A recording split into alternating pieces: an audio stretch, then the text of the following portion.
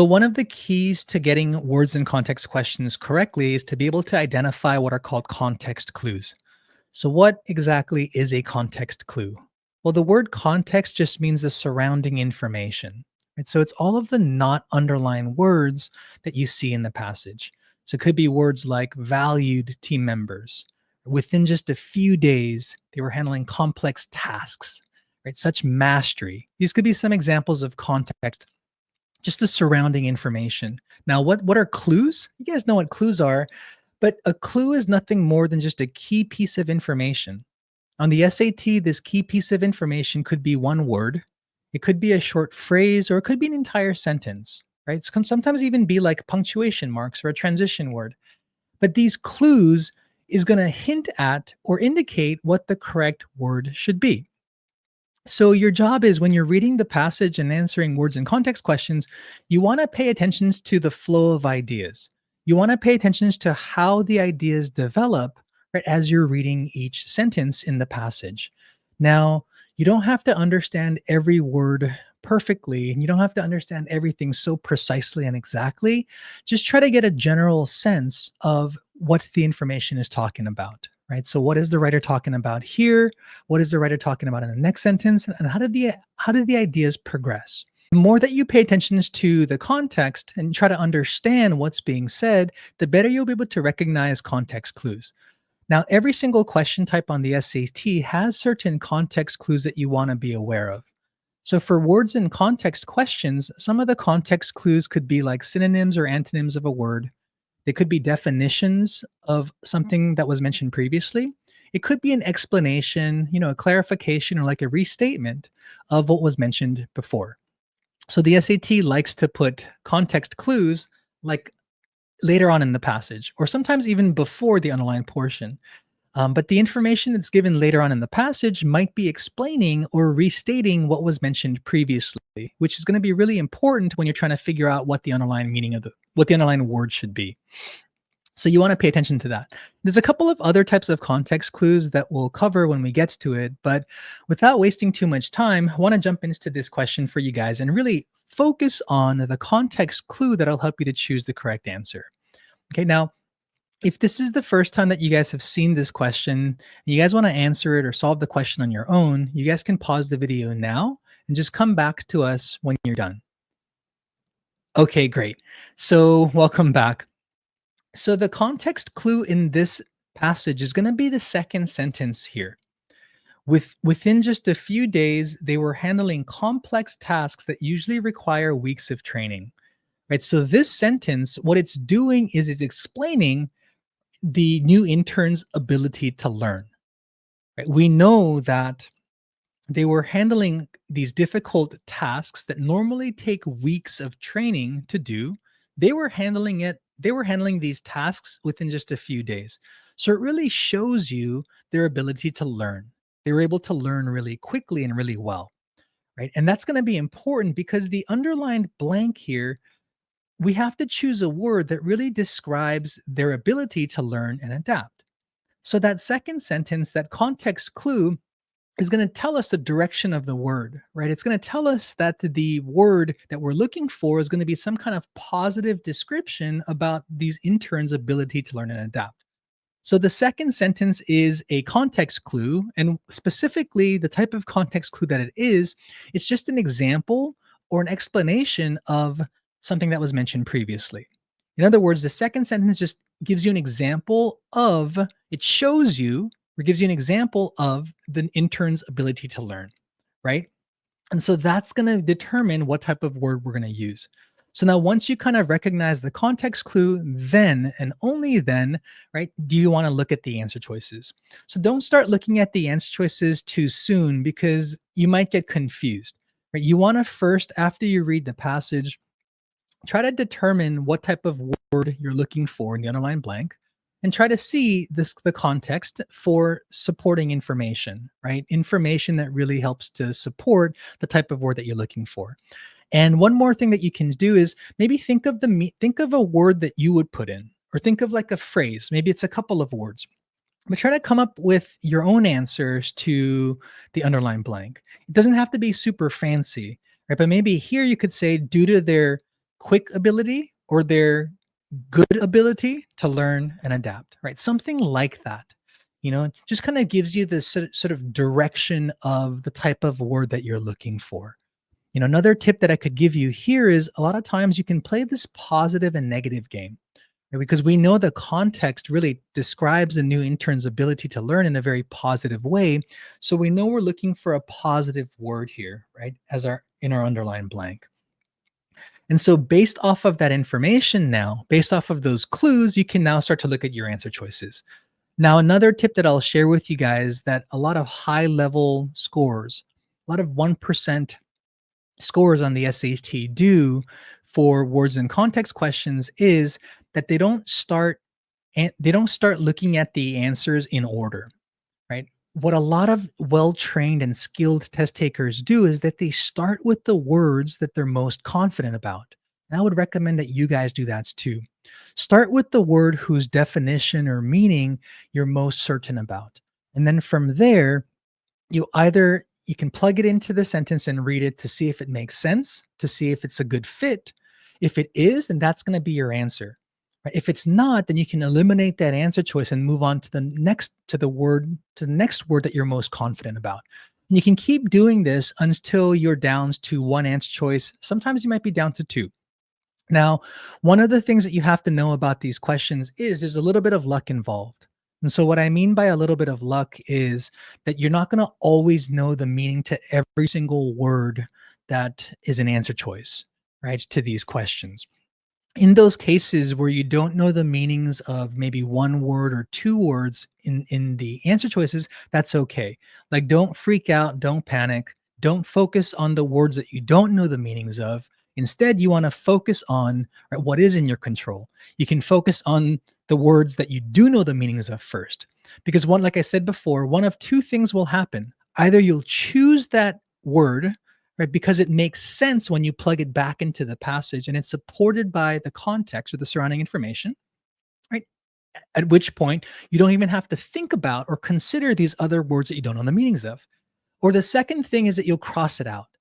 And so when you that's the worst case scenario, right? So the worst thing that could possibly happen is that you increase your chances of getting the question correct because you're able to eliminate one of the answer choices. Now, if you do this for two answer choices, you're able to increase your odds of getting the question correct by 25%, which is pretty incredible. And that's the worst case scenario. Okay. And at which point, if you guys are stuck between two answer choices and you don't know the meanings of both of them, that's okay. Just guess, right? Because at this point, you guys have done everything in your power that you could do to put yourself in a position to get the question correct. And that's all you can ask of yourself when you're taking the test. Right now, does this mean that you should spend months or weeks studying vocab words? Definitely not. But you do want to have a notebook handy where when you're solving these questions and you come across words that you don't know the meanings of, you can write those words in your notebook and you can look up the definitions of those words and just learn these words one at a time.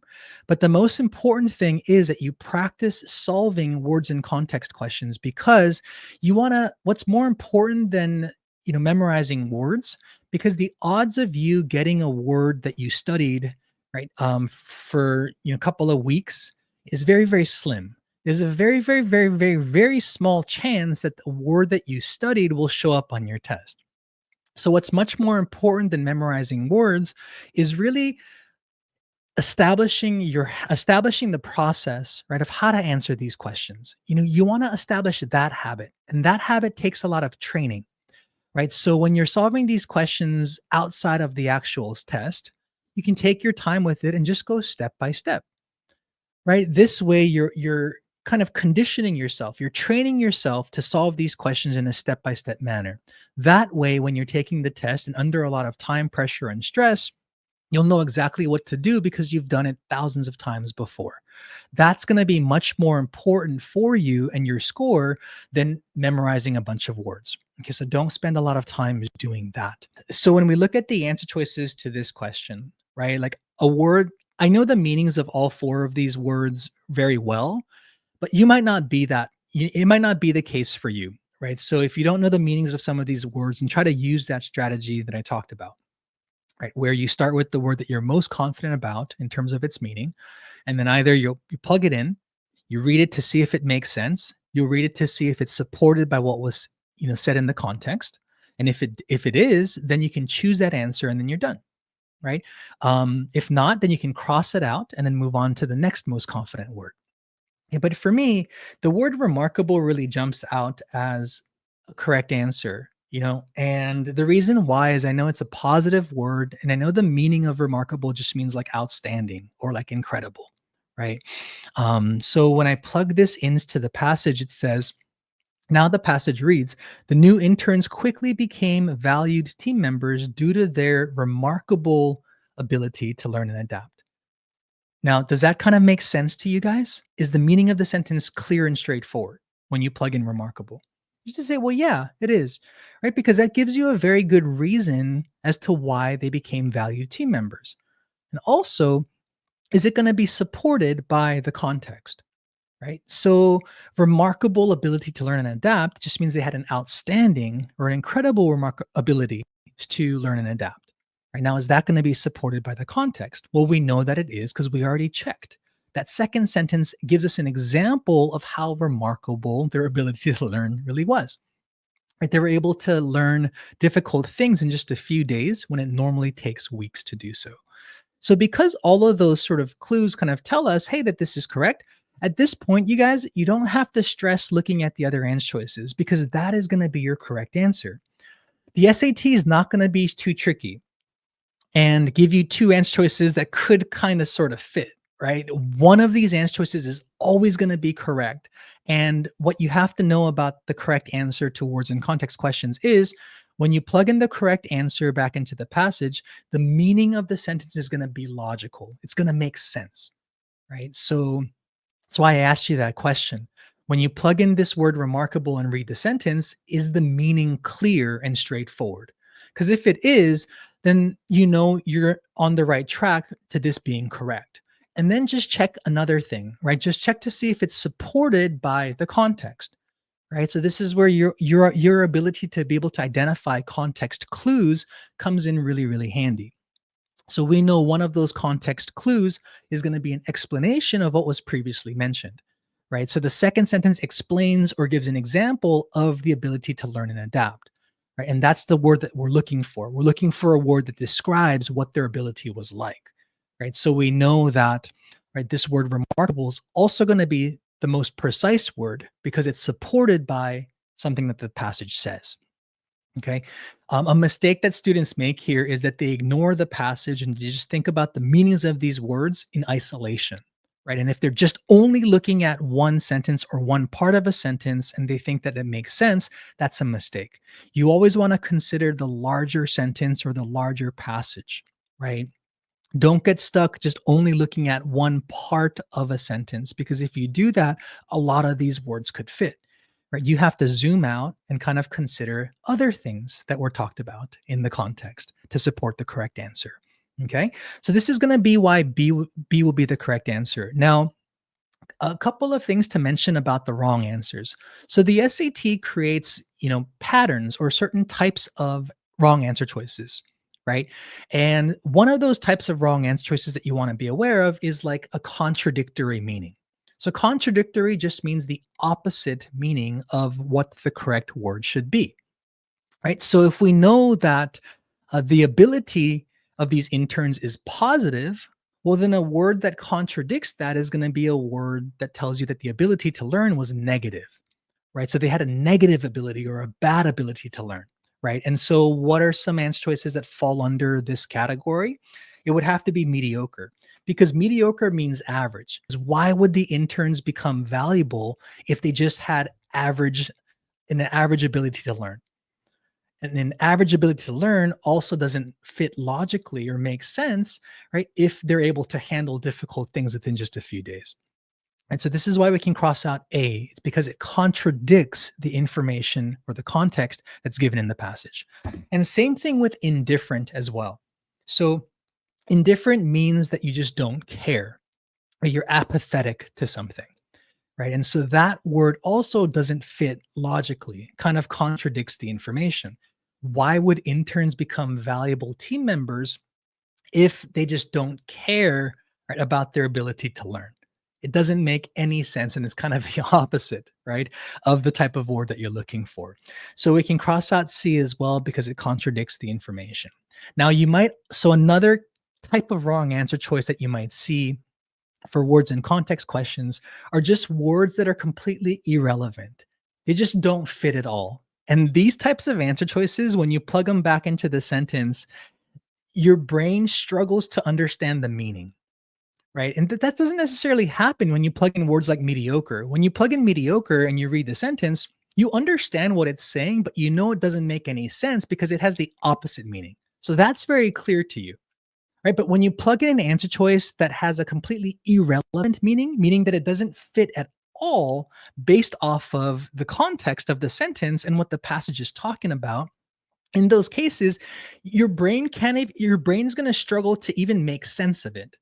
You're going to have a very hard time even explaining to me what this means, right? And so we know that the word predictable just means that it's known, right? That we can kind of predict or guess, right, what something is going to be. Okay. So when you plug that back into the sentence and read it, I want you to pause after you read it and kind of think about, well, hey, what does this even mean? So when you read it, it says the new interns quickly became valuable team members due to their predictable ability to learn and adapt. What does that mean? They became valuable because they had a predictable ability to learn, right? Pause for a moment and think about that. Your brain kind of goes, what?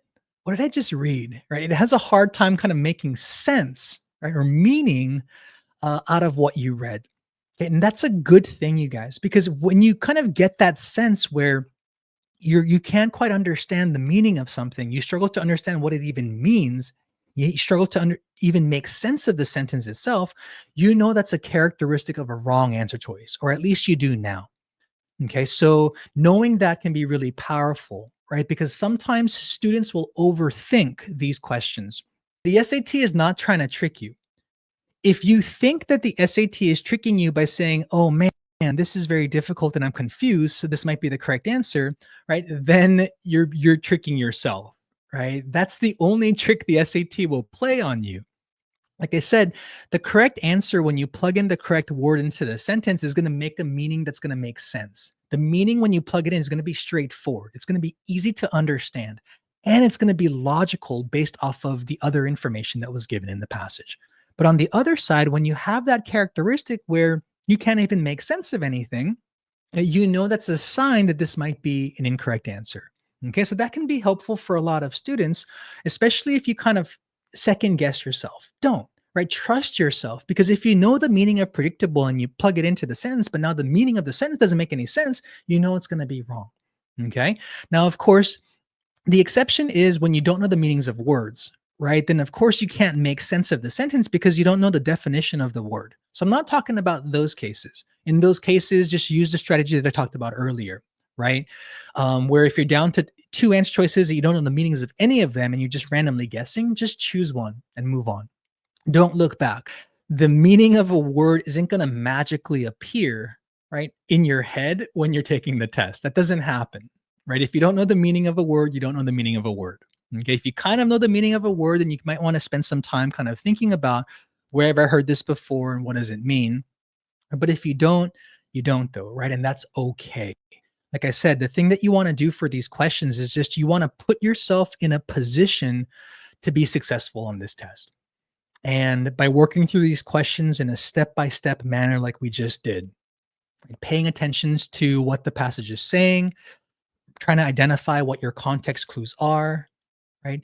Spending some time before you look at your answer choices to think about the type of word that you're looking for, starting with the words that you're most confident about, right? Using those types of strategies is the best that you can do. And I think that's incredible, right? You should really give yourself a lot of credit if you do that.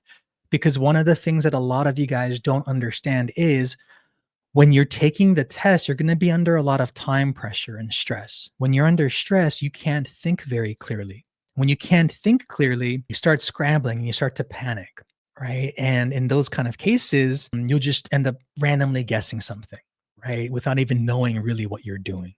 So this is why, you can control some of that before you take the test, right? By practicing these things in a step-by-step way. So take your time when you're working through these questions. Work one step at a time. Ask yourself, what am I doing here? Okay, then go ahead and do that. Then ask yourself, what do I got to do next, right? And then go ahead and do that though. Okay, and you can watch this video again to work through those steps systematically to really help you to establish that process. And I'll see you guys in the next question.